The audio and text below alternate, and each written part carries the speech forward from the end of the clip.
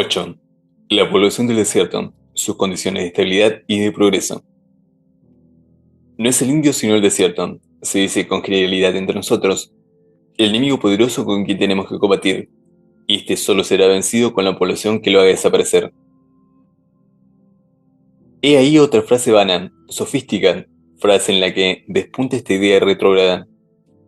La desaparición del desierto por la población será la obra lenta de su naturaleza misma, de la reproducción y adelanto de los bárbaros, sin la influencia y el auxilio de la civilización que los rodea, impotente para dominarlos y regenerarlos más rápidamente. Y esto no puede aceptarse sino como uno de los más grandes errores que pueden oscurecer a la inteligencia humana. Y nuestros propios errores, no los indios ni el desierto, son los que en verdad constituyen el terrible enemigo que combate y detiene el progreso de la nación. El gran obstáculo, la invencible resistencia que el desierto nos presenta, y por lo que se le considera nuestro enemigo poderoso, es su vasta extensión y su falta absoluta de recursos. Estas dos circunstancias desfavorables para nosotros son notablemente ventajosas para el enemigo vivo que nos hace desde allí la guerra ofensiva con nuestros propios recursos. Reducir aquella extensión, llevar allí los recursos que faltan. Debilitar al enemigo impidiéndole adquirir los recursos que con nuestro consentimiento adquiere nuestro territorio y nuestros pueblos. Y ahí los puntos principales, la base del sistema para llegar al fin resolutivo de la dominación absoluta del desierto, de la perfecta seguridad del territorio. Con la aplicación conveniente del ferrocarril a la ciencia estratégica, puede obtenerse inmediatamente una gran modificación en las condiciones de extensión del suelo, haciendo desaparecer las dificultades que ella ofrece. Por este mismo medio, pueden ser transportados al desierto los recursos necesarios, desde los lejanos centros de población a centros artificiales de recursos allá establecidos. Y pedir el comercio que los indios hacen libremente, vendiendo en nuestros pueblos lo que roban en nuestros campos, adquiriendo así todo aquello que falta en el desierto y que les es indispensable para hacer la guerra y para vivir. Impedir esto es la disposición estratégica o política más fácil de efectuar y más importante para debilitar al enemigo. Un ferrocarril construido desde Bahía Blanca hasta la frontera de Mendoza, que más tarde pudiera empalmar con el Andino, llenaría los primeros objetos, reducir la extensión del desierto, llevar allí los recursos que faltan. La superficie hoy desierta, poseída por los indios entre la línea defensiva de fronteras, los Andes y el Negro, es de unas 14.000 leguas aproximadamente. Cortada por su centro por el ferrocarril y trasladando allí las fuerzas que están hoy diseminadas en la línea defensiva, los indios no pueden permanecer con sus familias en ningún punto de la zona interior. Buscando la seguridad de ellas, tienen forzosamente que alejarse hacia las vertientes de los Andes, y la superficie hoy de 14.000 leguas poseída por ellos viene a reducirse así a 6.000. Se podrá dudar de este resultado observando que, si es posible que los indios pasen la línea actual defendida por Fortís y Zanja, y además la segunda y la tercera línea, más fácil y seguramente pasarán la línea del ferrocarril, quedando luego tranquilamente dueños de la más vasta extensión desierta que dejamos a retaguardia. Y muy justa sería esta observación si de la línea férrea hubiera de hacerse todavía línea defensiva de fronteras, diseminando allí nuestras fuerzas con el fin de impedir el pasaje de los indios. Pero muy diferente cosa habría que hacer. El modo más seguro de defender la margen izquierda del Rin, de Sturenen, es ocupar la margen derecha.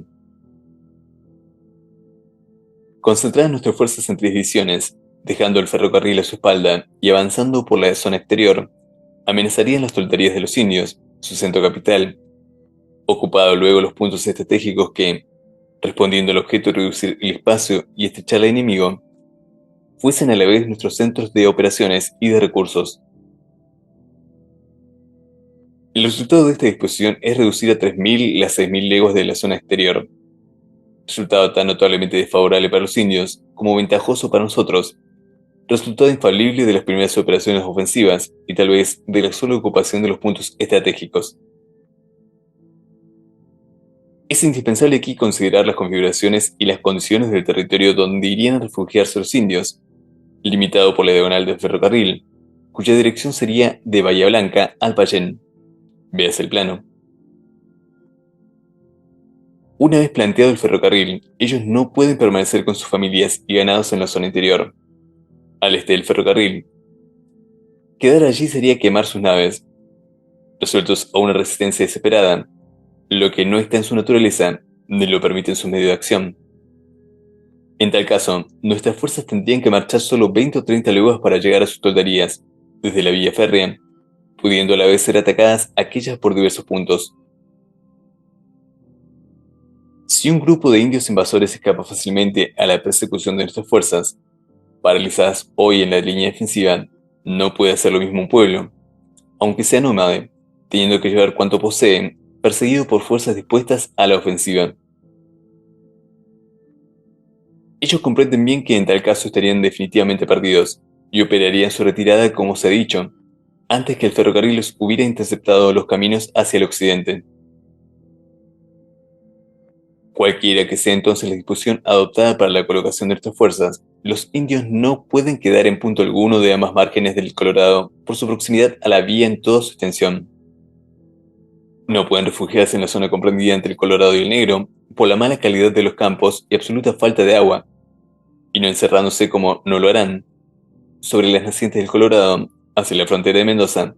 No les queda otro partido que buscar un punto de refugio al sur del paralelo 37, entre los 70 y 72 de longitud.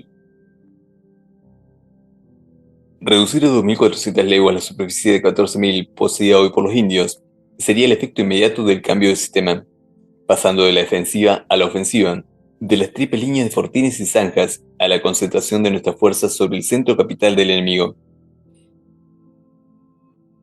Alcanzada esta posición, nuestra campaña poblada debe contarse más segura que bajo la defensa de 50 líneas sucesivas de fortines y zanjas, porque el enemigo más terrible que hoy consideramos el aliado poderoso de los indios, el desierto en fin, se habrá vuelto contra ellos cuando intentasen invadir. Admitiendo que ellos pudieran marchar la distancia de 200 leguas que los separaría de nuestras poblaciones y regresar con el botín sin ser molestados, suponiendo posible de efectuar este viaje redondo de un año, teniendo que invernar en país enemigo, ¿cómo podrían conservar luego lo adquirido estando a 20 o 30 leguas de nuestras fuerzas? Durante su larga ausencia, ¿qué sería de sus familias abandonadas en aquella zona, reducida y dominada por nuestras tropas? Pero alcanzada aquella posición, nuestras fuerzas deberían emprender inmediatamente sus operaciones ofensivas, de detalle, y esto más que todo haría imposible toda tentativa de los indios sobre nuestras poblaciones. He ahí pues los diferentes resultados de uno y otro sistema, y de la combinación de ambos, de que se habla en el apartado 4. He ahí evidenciado lo inútil de la línea defensiva, desde que se tome la ofensiva. He evidenciado también lo perjudicial, lo imposible de su situación actual, como base de operaciones y de recursos para tomar la ofensiva. Alcanzada pues la posición de nuestras fuerzas sobre el último refugio de los indios en la falda de los Andes, el resultado final de las operaciones no puede ser materia de duda. 5.000 soldados abastecidos de todo lo necesario por la vía férrea, que por la superioridad de sus armas pueden ser fraccionados en 20 divisiones, operando en una extensión de 80 leguas norte-sur por 30 este-oeste, contra 3 o 4.000 indios armados de lanza, y 20 o 30.000 de chusma que embarazaría sus movimientos, privados ellos, entre otros recursos, de los numerosos caballos que no podrían ya adquirir en nuestros campos. En tales condiciones, el fin resolutivo de la guerra estaría alcanzado. Los indios serían aniquilados si no cayendo inmediatamente en nuestro poder los hombres que pueden dispersarse y vagar algún tiempo en los bosques, cayendo irremediablemente sus familias y cuanto allí tuviesen. Adoptado el sistema con que habría de llegarse a tan benéfico resultado, a la construcción del ferrocarril debería acompañar la ocupación y colonización del Río Negro. Ocupada seriamente la isla de Choel, queda interrumpida la vía más importante de comunicación de los indios, indispensable tal vez para su tránsito con los ganados que llegan de nuestros campos. La navegación hasta dicha isla no presenta inconveniente alguno, variando, según Descalzing, de 1 a 5 brazas la profundidad del canal y de 3 a 5 millas la rapidez de su corriente. La bondad del clima, la fertilidad conocida del suelo y las ventajas de la vía fluvial para el transporte de los productos aseguran desde luego la prosperidad de los colonos. Establecida allí la primera población, una exploración sería también de la parte superior del río. Abriría muy probablemente la vía fluvial hasta el mismo Nahuel Huapi, y una serie de colonias establecidas en sus márgenes abriría un vasto campo a nuevas industrias, contribuyendo desde luego a la realización de la idea de establecer la seguridad perfecta en la vasta extensión de las pampas del sur. Si se examina ahora las dificultades que puede presentar el cambio de sistema, solo se hallará a la que importan los gastos que demanda la construcción y explotación del ferrocarril, pero esta misma, considerada a la luz verdadera de los principios de economía, habrá que reconocer que será extraordinariamente reproductiva.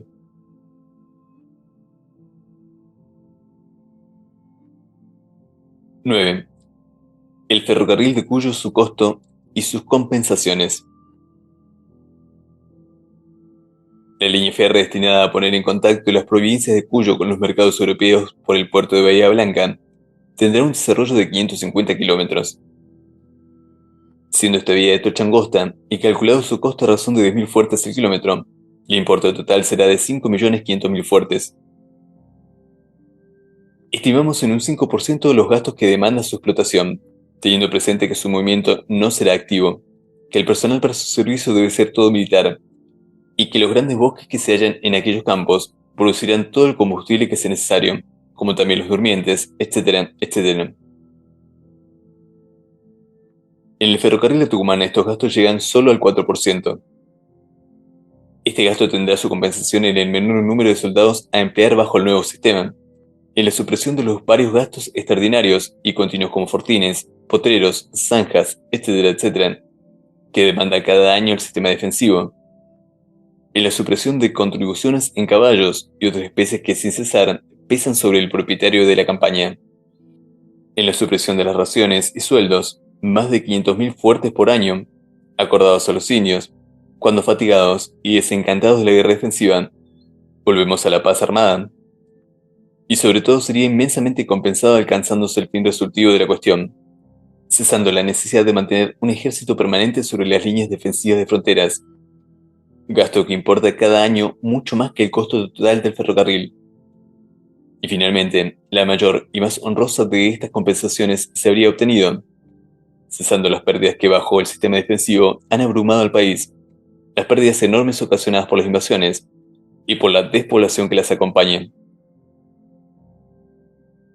La compensación del gasto de 5 millones del ferrocarril a Cuyo se halla pues inmediatamente, pero si tomamos en cuenta las pérdidas del pasado, en sus numerosas alternativas, para estimar con serena razón las ganancias del porvenir, la compensación de aquella suma de 5 millones invertidas en el ferrocarril será gigantesca. 10 años de continuación con el sistema defensivo costarán a la nación 45 millones y otro tanto las pérdidas ocasionadas por las invasiones y la despoblación, 90 millones. No menos cuesta al país los 10 años últimos del pasado. Si los 5 millones gastados en el ferrocarril dan por resultado no tener que gastar los 3 millones anuales que cuesta el sistema defensivo y evitar la pérdida de otros 3, en todo 90 millones, en 10 años, en este periodo, sin indios, sin epidemias en posesión tranquila de las 14.000 leguas de extensión de la Pampa, donde pudieran extenderse y reproducirse todas las especies de ganado, ¿cuál sería la magnitud que habría alcanzado el desarrollo de la riqueza de este país?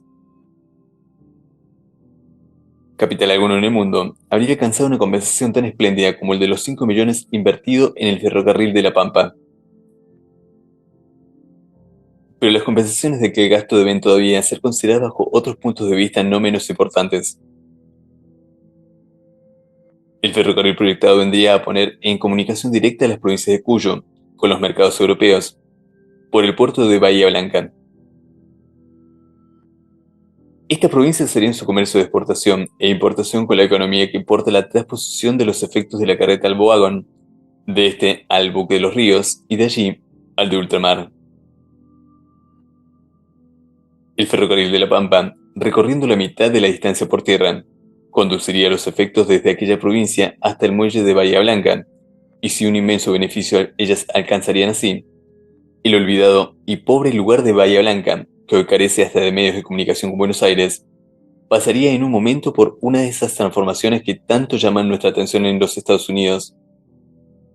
Se volvería el centro comercial intermediario entre las provincias mediterráneas de la República Argentina y los mercados europeos. Acudiría en consecuencia allí la inmigración, fomentada no por los medios artificiales dispensiosos y negativos hasta hoy empleados, sino por los naturales y sencillos de las ventajas positivas para el inmigrante bajo la seguridad y garantías conquistadas con la guerra ofensiva y los auxilios conducidos por el ferrocarril. Pasar impremeditadamente de la paz a la guerra, conservarse en actitud defensiva experimentando el país terribles desastres, volver a la paz en el nuevo periodo gubernativo, en vista de los tristes resultados de la guerra, haciendo sacrificios de otro género, concesiones inconvenientes y aún vejatorias a los indios. He ahí en dos palabras resumida la historia de las fronteras de la República Argentina.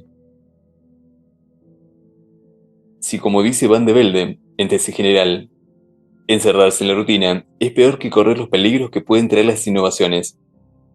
En el caso especial de nuestro país, con la experiencia tremenda del pasado, la persistencia de la rutina es inexplicable. Para hacer cesar el aniquilamiento del país y alcanzar los beneficios que dejamos amputados nada extraordinario, nada nuevo se requiere, sino simplemente la aplicación de los medios conocidos en todo el mundo para llegar a un fin resolutivo. Esto es lo que en vano el país ha esperado de sus hombres de Estado, desde mucho tiempo atrás, para que pudiera ser un hecho práctico el decantado desarrollo de su progreso. Es lo que espera hoy de su gobierno actual para elevarse a la altura de las primeras naciones modernas.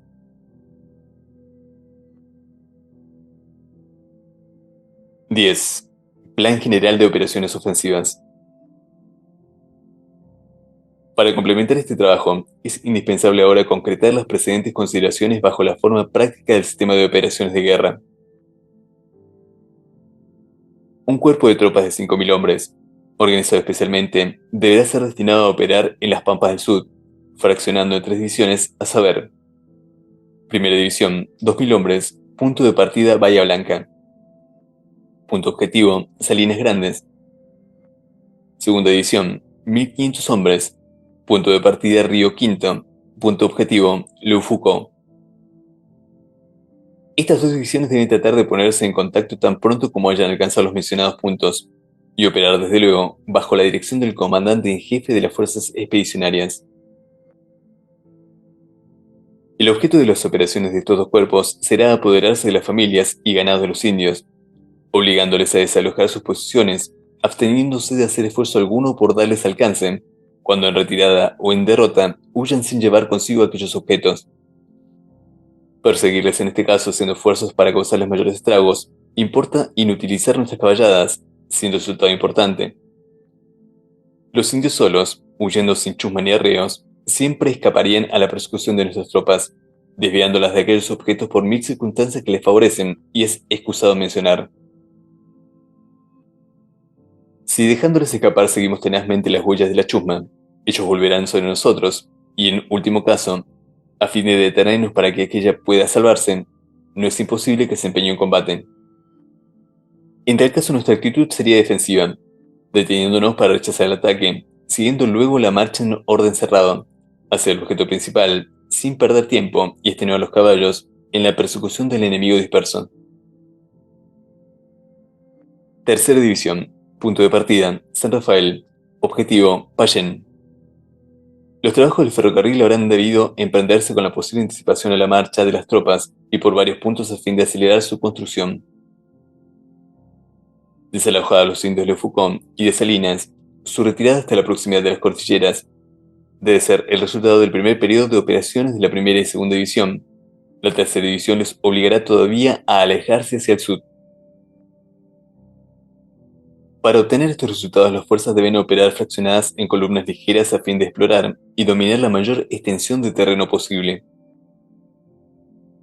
Para el fraccionamiento de las fuerzas que deberán operar en el orden defensivo que antes he dicho, el jefe procederá prudencialmente con arreglo a las circunstancias y cuando lo permita la desmoralización del enemigo. La retirada de los indios hacia las cordilleras, resultado lógico del primer periodo de operaciones, señalará la entrada en el segundo periodo. La tercera división, que en el primer periodo no habrá tenido la parte activa, habrá hecho trabajos de fortificación en el mismo Payén, o a sus intermediaciones en la costa del Colorado, constituyendo allí un fuerte depósito de provisiones que habrán sido conducidas por la vía de Mendoza en defecto del ferrocarril. Esta división tomará la iniciativa en el segundo periodo, dejando en el punto fortificado una guarnición suficiente. Se internará hacia las puntas del Neuquén. La segunda división habrá marchado, entre tanto, por el camino de Don Luis de la Cruz, extendiéndose sobre sus flancos, hasta llegar a las fortificaciones de la tercera división, donde permanecerá los días que fuere necesario para proveerse y descansar sus caballadas. Esta marcha se habrá ejecutado con la lentitud que requiere la conservación de los caballos, y lo permiten las aguadas, las que se tendrá especial cuidado de fomentar llevando al efecto los elementos necesarios.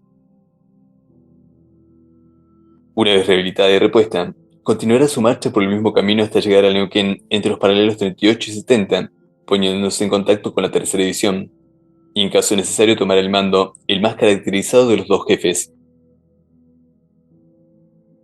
La primera división habrá seguido el camino del coronel Don Pedro A. García, hasta pasar el Colorado en Choiquema-Huida, dirigiéndose al Cholechoel en el Negro. En ese punto, encontrará su depósito de artículos conducidos por el río por la vía del Carmen. Provista y repuesta, emprenderá su marcha por la costa del Negro hasta la confluencia del Neuquén, remontando este río, si fuera necesario para comunicarse con la segunda división. Desde que las tres divisiones se hayan puesto en comunicación y el comandante en jefe haya tomado el mando de las fuerzas y la dirección de las operaciones, estas serán emprendidas vigorosamente, siendo su objetivo, como en el periodo anterior, los campamentos donde hayan ido a refugiarse las familias con los ganados, verdadera capital, centro de recursos del enemigo.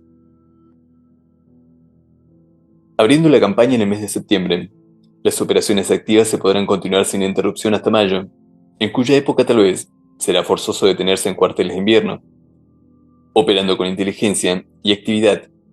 En los 4 meses primeros, tiempo sobrado para alcanzar el primer resultado, el alejamiento de los indios. La zona habitable ocupada hoy por ellos, que sería la de operaciones de la primera y segunda división, comprende una superficie de 3.000 leguas escasamente, es decir, unas 50 leguas por costado. 3.500 hombres fraccionados en columnas de 500, hasta de 200 deben cubrirla y dominarla en toda su extensión, y los indios entonces no podrían permanecer sin haber antes combatido y vencido a nuestras tropas, lo que no puede admitirse ni en hipótesis. Conseguido pues el primer resultado en los 4 primeros meses de operaciones, quedan 4 meses más de buena estación para trasladarse a la segunda zona de operaciones, donde el resultado se alcanzará más segura y fácilmente. Primero, porque como ya se ha manifestado, la zona de operaciones es mucho menos extensa que la primera. Segundo, porque allí habrán de operar las 3 divisiones a la vez. Tercero, porque los indios habrán destruido y perdido la mayor parte de sus caballadas y demás ganados, y su moral habrá decaído a medida que disminuyan sus elementos, los de movilidad sobre todo. Debiendo pues abrirse la campaña en el mes de septiembre, los trabajos del ferrocarril deberán adelantarse y ejecutarse activamente, a fin de que con su auxilio se alcance más fácil y seguramente el éxito. Si una resistencia inesperada retardase el fin de la guerra, pudiera ser conveniente y aún necesario interrumpir el curso de las operaciones limitándose a conservar las posiciones adquiridas durante el rigor del invierno, para emprenderlas con nuevo rigor en la primavera. En este caso, por la vía fluvial del Negro y la vía férrea serían fácil y regularmente atendidas todas las necesidades de nuestras tropas, y así al abrir de nuevo sus operaciones después de 3 o 4 meses de tregua, se encontrarían perfectamente repuestas y habilitadas, mientras que el enemigo habría consumido sus últimos recursos sin tener medio alguno de reponerlos. En 8 meses de guerra ofensiva, en las condiciones que establecemos y con todos los elementos que es posible aplicar, tiempo sobrado hay sin embargo para alcanzar el fin resolutivo. Téngase presente que con los mismos medios y el mismo sistema, pero contra enemigos muy poderosos y venciendo resistencias de todo género, infinitamente mayores que las que han de oponernos, en todas partes, las guerras terminan hoy en la cuarta parte del tiempo. Y esto sucede porque se hace uso acertado de los mismos medios que nosotros tenemos: las tropas, las armas, el dinero y los elementos de movilidad.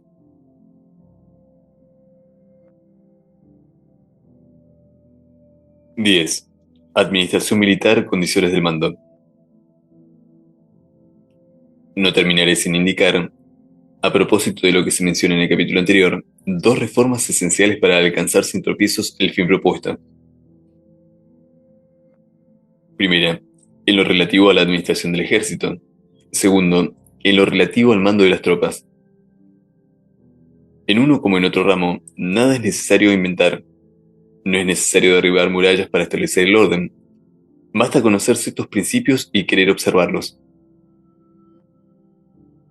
Sin verdadera administración, o con una administración defectuosa sin responsabilidad, sin control, como es la nuestra, todos los tesoros que el país encierra serán insuficientes para llenar las necesidades del ejército, y las deficiencias que se experimenten duplicarán el poder del enemigo.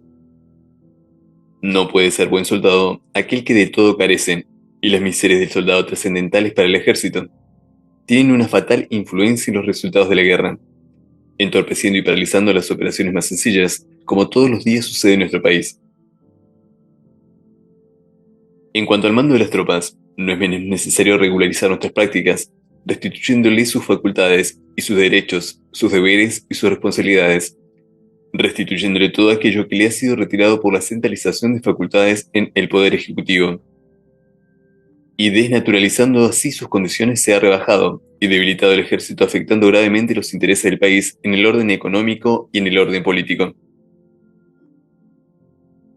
El mando militar tiene una órbita que no puede ser alterada sin exponerse a graves inconvenientes.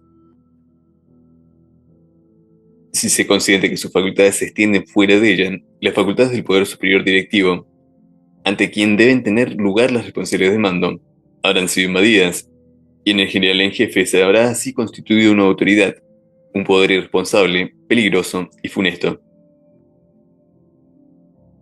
Si por el contrario aquella órbita fuese restringida centralizándose todas las facultades en el Poder Ejecutivo, siendo éste a la vez Poder Directivo y ejecutor de sus propias disposiciones, aquel mismo resultado peligroso vendrá a realizarse, pero en este caso tendrá aún otras consecuencias deplorables. Privado el comandante en jefe de la libertad de acción para ejecutar las disposiciones superiores, no será positivamente responsable de los resultados que se produzcan, siendo el Poder Ejecutivo quien le priva de aquella libertad para tomar sobre sí la dirección inmediata de sus propias disposiciones. Todas las responsabilidades vendrán a ser eludidas, centralizándose en una sola autoridad, la alta dirección, la dirección inmediata de sus propias disposiciones en las operaciones de guerra y la facultad de juzgar de los resultados. Constituir un poder con facultades tan vastas, que solo ante sí mismo debe ser responsable de sus actos, importa constituir el más absoluto poder irresponsable. Y el que bueno es tomar en consideración las condiciones humanas. Todo poder irresponsable y absoluto conduce fatalmente al hombre al abuso, y la obediencia en tales condiciones, bajo el falso carácter de subordinación y disciplina, conduce no menos fatalmente al servilismo. ¿Y cómo se remedian estos males? Habrá muchos que pregunten. Siempre que hemos señalado un mal, hemos cumplido el deber de indicar enseguida la manera de subsanarlo. Para remediar aquellos males es necesario dictar una ley de ascensos que venga a dignificar la profesión de las armas, llevando a los empleos militares hombres de honorabilidad y de aptitudes, creando el cuerpo de Estado Mayor facultativo, indispensable para proceder con acierto en las operaciones de la guerra, dando al ejército un código propio que no pueda ser violado, ni eludido como sucede con las ordenanzas de España, con pretextos diferentes, en el que se establezca con claridad los deberes, derechos, responsabilidades y prerrogativas correspondientes al mando militar, dictando la ley de reclutamiento que debe ser regularizar el servicio y por fin, introduciendo sencillas reformas en la administración militar con las que se conseguiría, desde luego, reducir a la mitad los gastos enormes que el ejército demanda en el presente. Hemos traído antes a tela de juicio ejemplos incontestables de diferentes países, apoyados por los más notables historiadores y por las más grandes celebridades militares. Ejemplos no menos incontestables vamos a presentar ahora, tomados de la historia de nuestro propio país, que hablan muy alto en favor de cuanto se diga contra la centralización de las facultades del mando militar y la dirección inmediata de las operaciones de guerra, en el PE o en cualquiera de sus miembros. Los ejemplos capitales que presenta nuestra historia son los del general Alvear en 1814 en su campaña sobre Montevideo, en 1826, 27 sobre el Brasil y la campaña del general San Martín sobre Chile y el Perú de 1817 a 1821. Hasta ellos la guerra de la independencia había presentado algunos golpes de fortuna, seguidos inmediatamente por contrastes producidos evidentemente por la intervención directa de las gentes gubernativas y triunviratos en la dirección de los ejércitos y campañas por medio de comisionados especiales y de órdenes directas para que los generales operasen en tal o cual sentido. Y son ejemplos de estos contrastes la terrible derrota de Huaqui, que puso en evidente peligro nuestra independencia, y que fue producida por la intervención del doctor Castelli como comisionado de la Junta para dirigir al general Balcarce, de Antonio. El descalabro del general Belgrano en el Paraguay tuvo el mismo origen debido a la intervención de Zarratea en la política y en las operaciones del ejército. La ineptitud e ineficacia de las operaciones en el Estado Oriental y la falta de éxito del general Rondeau vino también complicada con la intervención del mismo Zarratea, miembro agente de la Junta Gubernativa de Buenos Aires. A las exigencias y caprichos del doctor Chiclana se atribuyen también las derrotas de Vilcapugio y Ayohuma. El desastre de CPCP tuvo lugar complicándose también con las exigencias y direcciones políticas impuestas desde Buenos Aires por el director Álvarez y Tomás. En la mayor parte de la campaña de la Guerra Civil, con los montoneros, hasta el año 20, los jefes del gobierno operaban como meros agentes, con un itinerario dado para operar en Santa Fe o en Entre Ríos, sin haber cosechado jamás otra cosa que desastres tras desastres. Entretanto, Güemes en Salta, sacudiendo toda intervención extraña, toda dependencia, y tomando sobre su propia responsabilidad todos los conflictos del momento, supo destruir en dos campañas respectivas los dos ejércitos más aguerridos de españoles, que han pisado nuestros territorios en 1814 y 1817, salvando la causa que la intervención gubernativa en el mando de los ejércitos había comprometido en las derrotas anteriores. Alvear en el mismo año, deshaciéndose también de toda influencia y dirigiendo las operaciones militares según sus propias miras, se hacía dueño de Montevideo, pero queriendo gobernar después desde Buenos Aires, a Solería Dorrego los hacía derrotar miserablemente por Artigas, porque no estando al frente de los sucesos ni con las responsabilidades del mando inmediato, inutilizaba los talentos de sus jefes, al mismo tiempo que, puesto él a la distancia de los sucesos, apreciaba mal las circunstancias del momento, hacía vacilar a esos jefes con órdenes contradictorias y les imponía errores irreparables. El general San Martín es otro ejemplo de lo mismo. Jamás quiso aceptar responsabilidades de mando con dirección extraña.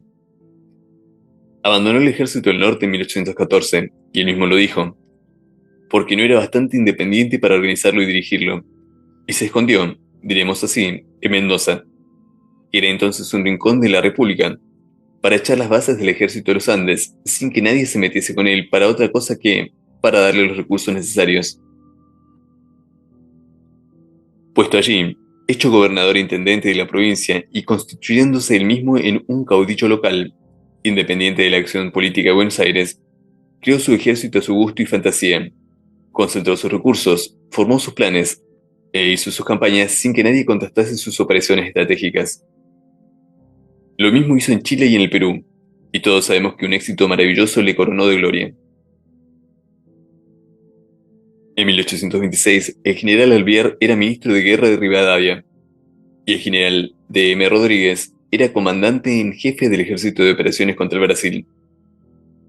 Como era natural, el ministro quería dirigir al general y el general no encontraba otra cosa que obstáculos, dificultades y contrastes en todos sus propósitos y medidas. Desesperado el ministro de que nada le saliese bien, abandonó el ministerio siendo allí reemplazado por el general Cruz, haciéndose nombrar no solamente general en jefe del ejército, sino en capitán general y gobernante supremo de la banda oriental, de Entre Ríos y de Corrientes, y se fue al ejército con su propia iniciativa asumiendo todas las responsabilidades de la dirección de la campaña. Desde entonces las cosas cambiaron completamente de aspecto.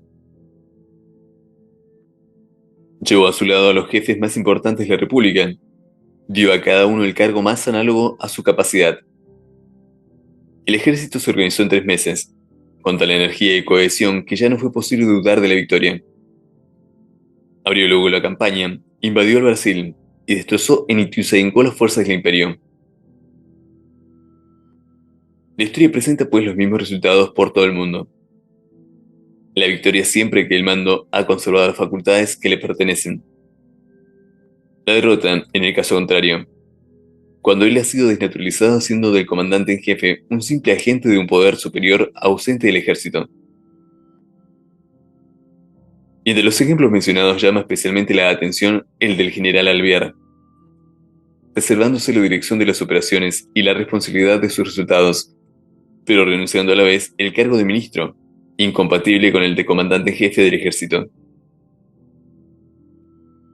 Los resultados negativos que alcanzó el ejército bajo la dirección del ministro se cambiaron en gloriosos bajo la dirección del mismo hombre con diferente carácter y posición, bajo la dirección del general en jefe, al frente del ejército, en posición de las facultades del mando. Es indudable ahora que el mando de los ejércitos es una facultad privativa del jefe de Estado, que se puede ejecutar gloriosamente como Napoleón, y tantos otros lo hicieron que no menos gloriosamente puede ejercitarse por delegación como Wellington, pero que no se puede ejercitar en parte sin experimentar graves contrastes cuyas responsabilidades todas vienen a pesar al fin sobre aquellos que mal comprendieron o mal usaron de las facultades supremas. Sobre el particular, véase lo que dice José Almirante en el párrafo siguiente. Necesitamos definiciones, dice. La ordenanza nos la da. Por general de ejército se entenderá un teniente general a quien, por la satisfacción de su conducta, talento y experiencia, confíe yo, con nominación expresa, el mando de un ejército, debiéndole entonces estar subordinados todos los que sirvan en él con igual grado, aunque sean más antiguos. Tenemos pues como en abstracto al general de ejército con mando único, supremo, dictatorial, arbitrario. En el punto en que se cercene cualquiera de estas condiciones, por exorbitante que parezca, el mando pierde su unidad y queda barrenado el artículo 57, título 17, tratado 2 de la ordenanza, que dice: todo mando militar ha de residir en uno solo, y éste responder de sus operaciones. Se supone proscrito, por lo tanto, todo consejo áulico, toda junta inspectora, todo tribunal que no sea el de la opinión pública. Al entregar el mando a un general de ejército, a un rey o a un pueblo, ejercen acto de ciega confianza, sin reserva ni cartapiza. Una vez entregado, no comiencen por cercar al general, con esa red invisible de recelos, suspicacias y temores. Frente al enemigo, el general ya no debe aceptar planes del gobierno. Si éste se obstina en imponerlos, la dignidad prescribe la renuncia, como Canrobert en Sebastopol. Montecuccoli, al volver de una campaña, trajo sin abrir todos los pliegos del gobierno, y pareciéndole poco, prometió quemarlos en otra ocasión. Nada es tan importante en la guerra como la unidad en el mando. Así, cuando la guerra se hace a una sola potencia, debe haber un solo ejército que debe operar en una sola línea, dirigido por un solo jefe, Napoleón. Cuando el jefe es un soberano, tendrá la ventaja de poder disponer de todos los recursos públicos, de todas las gracias, de todas las recompensas y de todas las puniciones en gran beneficio de sus empresas. Jomini. Se tiene de la naturaleza la salud, y en gran parte la bravura, la resolución y el golpe de vista militar. Sin embargo, estas calidades se perfeccionan por la práctica de la guerra. De Chambray. Un general en jefe no salva la responsabilidad de las faltas que cometiera en la guerra por una orden de su soberano o del ministro, cuando quien da la orden está lejos del campo de las operaciones y que conoce mal o no conoce el último estado de las cosas. De donde resulta que todo general en jefe que se encarga de ejecutar un plan que considera malo es culpable. Él debe manifestar sus motivos, insistir en modificarlo y, en último caso, hacer renuncia del mando antes de prestarse a ser instrumento de la ruina de su ejército. Todo general en jefe, que en virtud de órdenes superiores de una batalla teniendo la certidumbre de perderla, es igualmente culpable. En este último caso, debe negarse a obedecer, porque ninguna orden militar exige la obediencia pasiva, sino cuando ella es dada por un superior que se encuentra presente en el teatro de los sucesos y en el momento en que ordena. Teniendo entonces conocimiento de las cosas, puede escuchar las objeciones y dar las explicaciones necesarias a quien debe ejecutar la orden.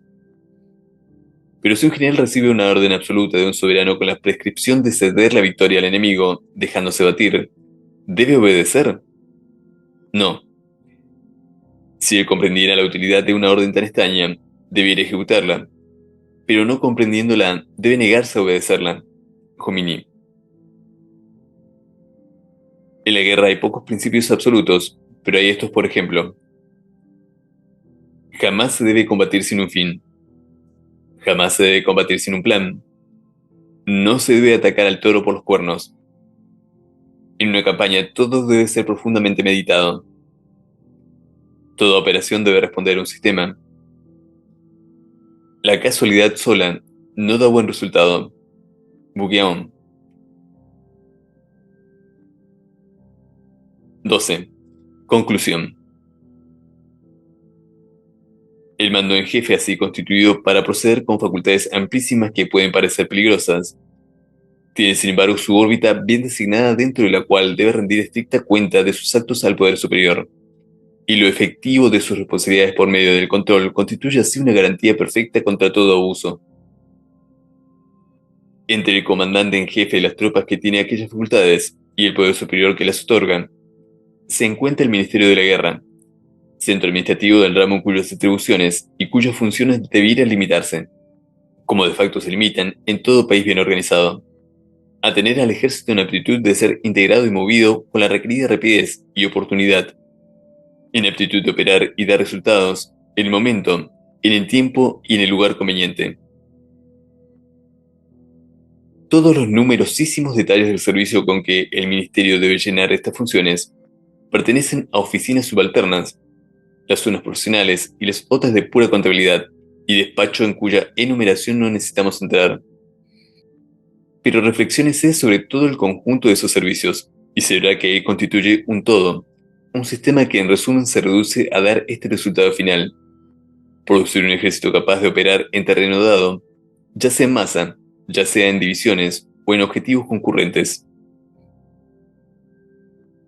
Estas funciones son tan vastas y tienen un terreno práctico tan bien demarcado que resulta absurdo sacarlo de él y querer complicarlo con las funciones prácticas y deliberativas, puramente personales del jefe o general, encargado de realizar la campaña, sobre quien pesan y deben pesar responsabilidades y funciones de otro orden, que son inherentes a su carácter, propias de su saber y de su competencia, y actos, en fin, que deben obedecer a un plan personal y a los infinitos expedientes de ejecución imprevistos muchas veces, para cuya resolución nada lo debe coartar desde que todo resultado favorable o adverso debe pesar sobre él.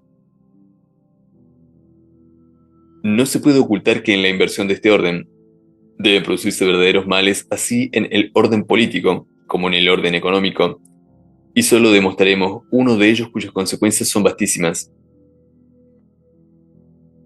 A la restricción de facultades viene consiguientemente aparejada la supresión de las responsabilidades relativas. Centralizadas las facultades del mando en el ministro de la guerra, que es el controlador, el control será ilusorio y la responsabilidad mucho más, puesto que esta autoridad solo será ante ella misma, responsable de sus propios actos. El senador M. Veraldi decía: el comandante en jefe no debe tener sino un controlador que es el ministro de la guerra, y éste no puede delegar sus facultades. Si el ministro se vuelve comandante en jefe, será controlador de sus propios actos. París, sesión del 7 de noviembre de 1876.